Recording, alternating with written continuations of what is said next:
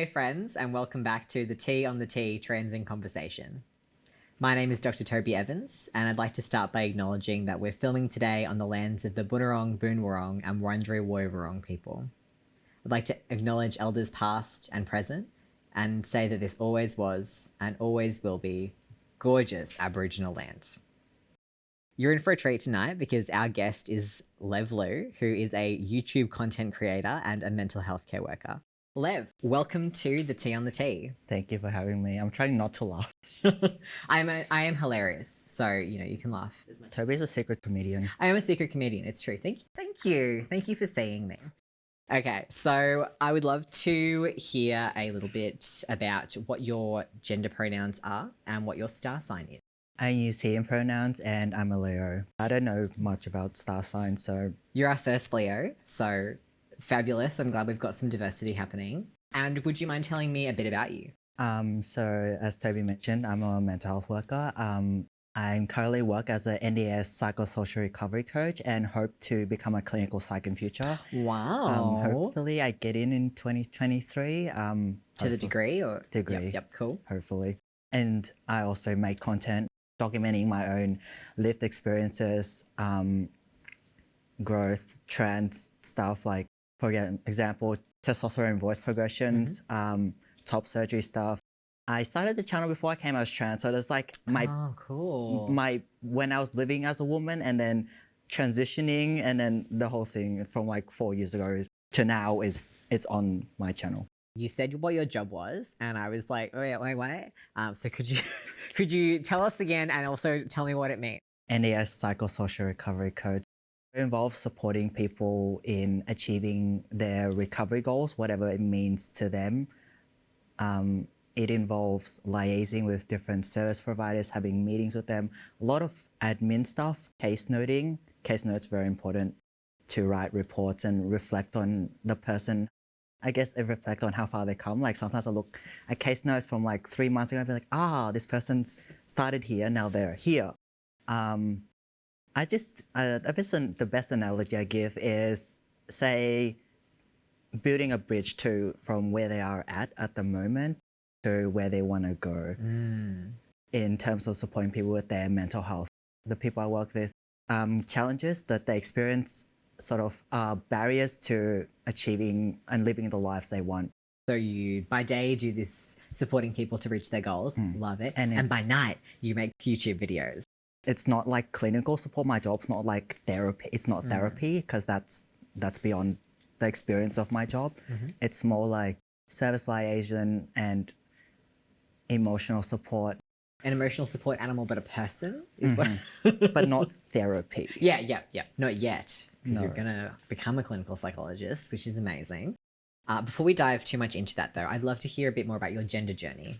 I guess when I was a teenage years, I experienced chest dysphoria, but at the time I didn't know that was chest dysphoria. So that, going back there, probably where I started is my chest feels off. I don't like it. Something's off here. I don't know what it is. I feel weird. And then it was when I started uni that I started learning about trans experiences. I didn't know that trans people existed until I was like 20.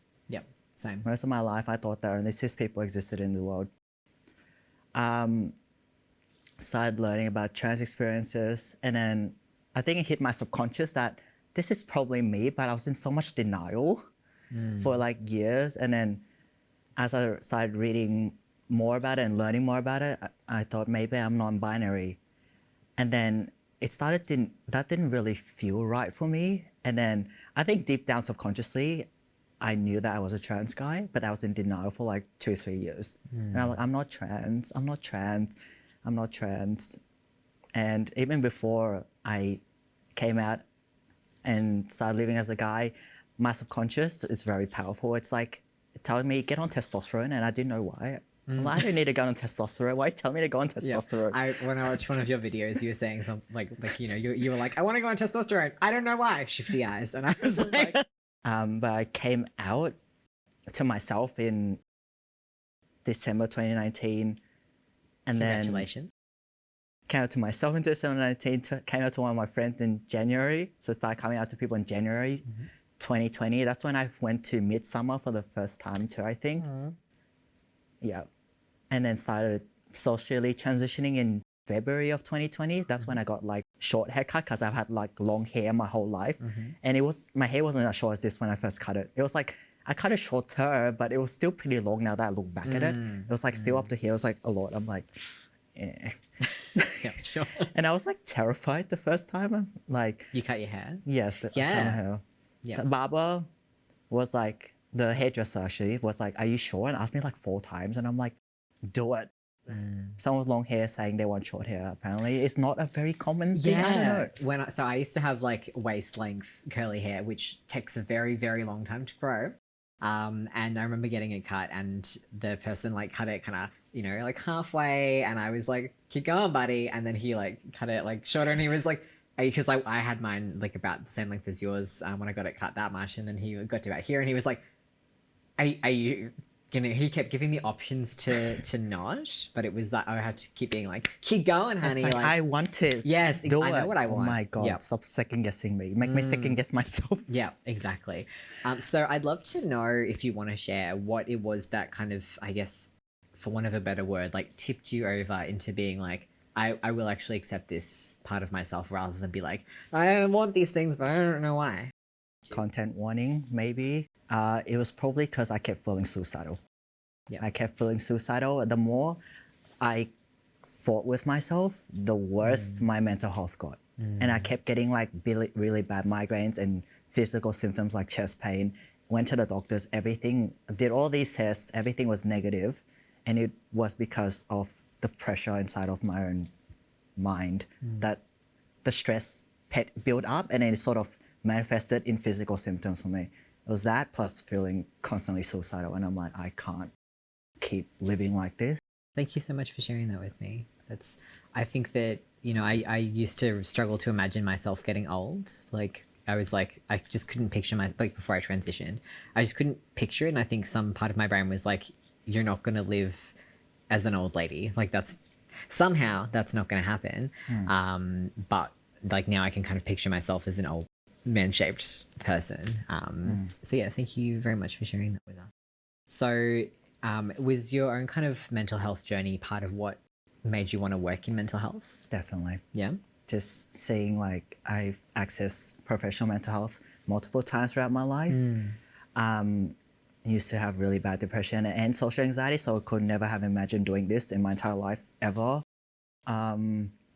Multiple times. One was seeing a therapist for gender therapy in 2022, and the other was just to assist with transition stuff.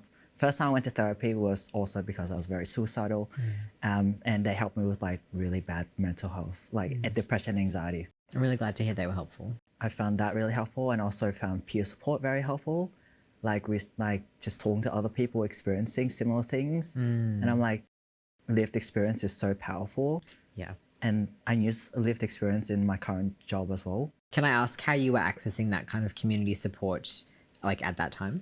I don't know, social groups or like organizations? Or... I think it was Q Life when I was stuck and I'm like, I don't know where to go, help, like dysphoria, I don't know what to do. So Q Life is a phone line? I think it's a phone and web chat service. And that was quite helpful.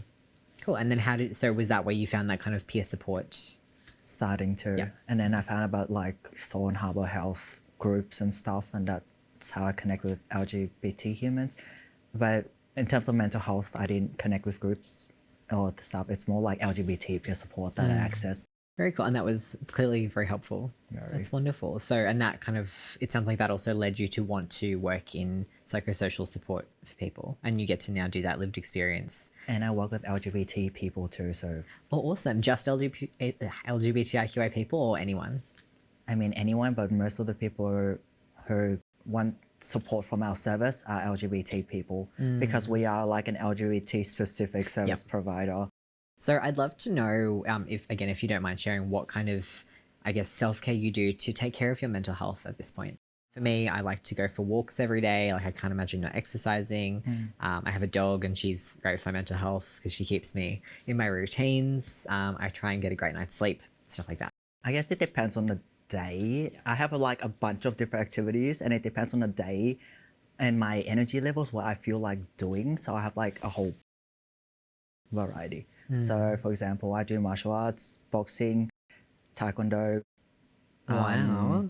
Haven't done taekwondo in a while though because I injured my knee, which isn't great. So, boxing. I like cycling. I also like walking. Although I don't do as much as I'd like.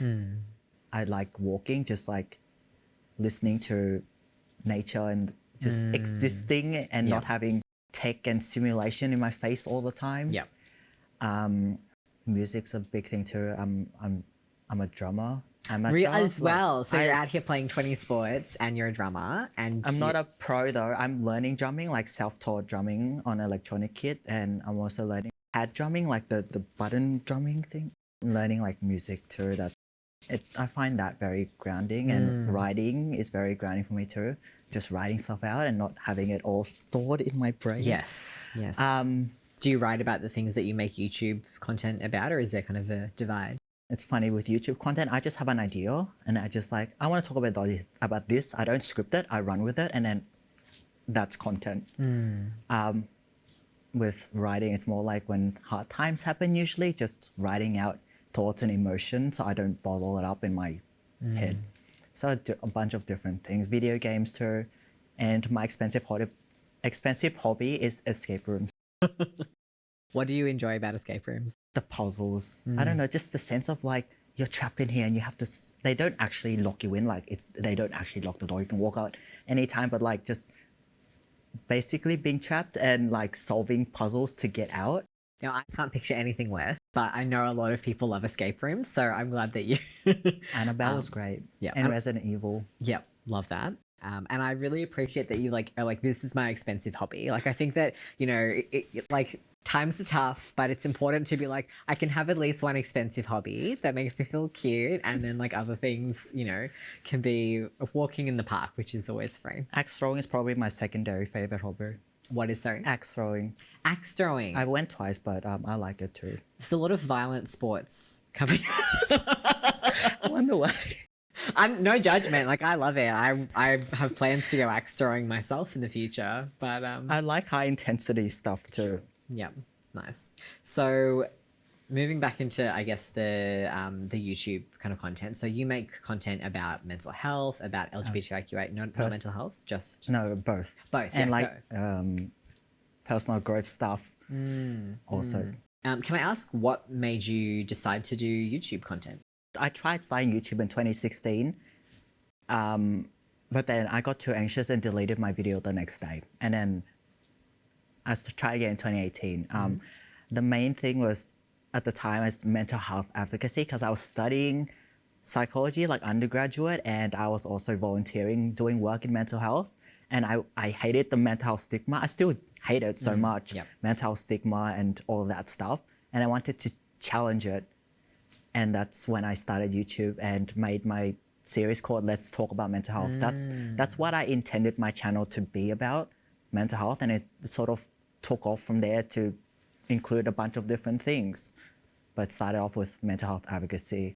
So you wanted to kind of address stigma. And what was it that you felt so strongly about it that you were like, I need to make an intervention, honey. Like, I need to get in there and be on YouTube. Was there specific kind of stigma? Probably my own lived experience is the primary thing. The accessing support was hard for me because there was like judgment. I felt judgment and people not understanding and minimalizing and invalidating, and it's just a whole scary process. And if I can talk about my own lived experiences and it helps someone else, then that's a win for me. And I love that you've sort of come full circle and that you started off accessing this stuff and you... being a consumer. Yeah. Now I'm on the flip side. Yeah, that's awesome. And it's very powerful to have that kind of perspective of both. So how, in terms of like practically, did you start with YouTube? Did you start filming on your phone, or did you kind of have like YouTube mentors? I don't know, like what happened? I poured out actually I used a DSLR at the time, my dad's DSLR, put it on a tripod and started recording. I didn't really know how to edit videos properly then. I was just learning as I was going. Like, I didn't have anyone help me. It was all like self-taught, self-learned. So how many years have you been doing YouTube now? 4 years. I started in June 2018. But during like 2020, I didn't like COVID lockdowns and me figuring out my trans stuff. I didn't really put out that much content in terms of talking content. I put out like music because I was playing around with music and I was putting out some random tracks I made, but I was like figuring out myself at that time and building confidence. So I didn't make videos of myself talking that much. As a part of that, through my kind of pre-interview research, I saw that you did document your transition quite a lot. How do you feel kind of looking back on those now, and what, I guess, prompted you to choose to share your transition? Because that's something that is, you know, potentially very personal, and, you know, yeah, it's a big, I guess, it's very intimate. It's a very kind of big thing to kind of offer the world on YouTube. So yeah, I'd love to know what made you want to document your transition specifically and how you feel looking back on the videos now. First thing I think is, what is time? Yeah, well, yeah. What is time? Empowering in a way, but also feels awkward, especially my pre-transition footage. I'm like, that's me, but that's not me. It's just like, I guess a sense of pride is like, that's how far I've come. Like that was me 3 months ago, 6 months ago, 1 year ago. And then now I'm here. And it's going to be a repeat in future. I look back at now videos and be like, that was me. I don't have emotion words. I probably need a list of emotion words to pick out how I feel. But yeah, as for why, this is the biggest thing is when I was on the journey of understanding myself, I didn't see much culturally diverse representation, especially like Vietnamese, Australian trans people. Like I didn't see like, I don't know if I'm like anyone like me, if that makes sense. Yep. There were a lot of other trans people, but not like from my background specifically. And I felt disconnected in a way. I'm like, yes, they're also trans, but I'm like Viet Australian and culturally diverse and trans. So it's like intersectionality. Probably like increase awareness, raise awareness and have more representation. Also because we don't really get that much representation in mainstream media. So I'm like, I'll make my own representation. Love it. That's probably the best answer is we don't have rep, I'll make my own rep. I absolutely love that. And I know I can't change the world with just like myself, but like if it helps at least one person out there, I'm happy.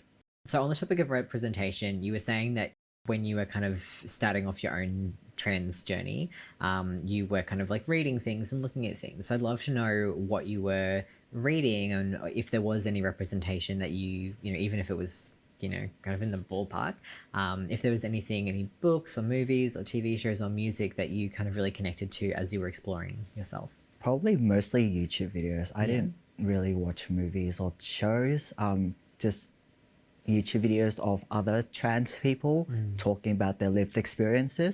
Nice. And what was it that you really enjoyed about those? It felt validating. It's like the person understands me. It's like I don't even know them. They don't know me, but I feel like they understand me from just them talking about their lived experience. Like, we're in the same boat. I'm not alone here. Because I didn't know anyone in real life at the time who was trans and gender diverse. So I resorted to the internet to find my source of comfort. It was comforting, validating. It's like I don't have to explain myself as well to be understood. Yeah. That's a powerful thing about lived experience. Yeah, I definitely agree with that. So now we're kind of back to lived experience. I would love to hear more about what you do in your work, if you would be comfortable telling us a bit more about it. So what would you say is the thing that you most enjoy about the work that you do as a sorry, I'm going to try and get this right. Psychosocial Recovery Coach. Psychosocial Recovery Coach. Connecting with people and watching and being on their journey and working with them in their growth journey, really. Just like knowing that I'm a part and I contribute to them recovering, healing, whatever word they want to use, to, I guess, being a part of their journey and moving forward is a big honor, really, because people talk about personal stuff with me and it's like they're opening the door and letting me into their world. And it's not necessarily the easiest thing to do. So do you see people like as a kind of ongoing or like a kind of short weekly, like what is the ongoing support? Very cool. Yeah. And what do you find is the biggest challenge that you face in doing that work? And I'm thinking, I guess, particularly using lived experience. Like I've been a professional gay in a number of my like paid work roles. And I definitely found, it's fantastic because you have that wealth of lived experience that you can draw on. But at the same time, if you have a bad day in trans life, yourself, then the next day you have to go to work and fight for, your rights at work as well. So there's that kind of, you can't just step away from it, I guess. So I'd love to hear what the challenges are that you face in that role. That's the biggest thing I've found is finding services that are LGBT friendly that don't have like 12 months of wait lists. Like just like, for example, a client wishing to see a psychologist who's like LGBT friendly, just an example. It's just already hard finding like LGBT friendly services. And then there's like the long wait list and it's just like, this isn't helping. Just the lack of services available is probably the most infuriating thing. I definitely hear that. And I feel like it shouldn't be hard. Should it? Like, it's like, just don't be homophobic. Just don't be transphobic. Just be open to learning. Yeah.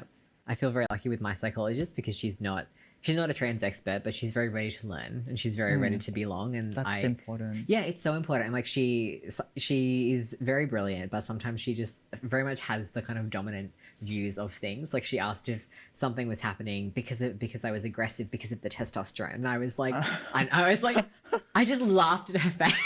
I was like, no, absolutely not. I know it's such a stereotype, but she's like a psychologist anyway.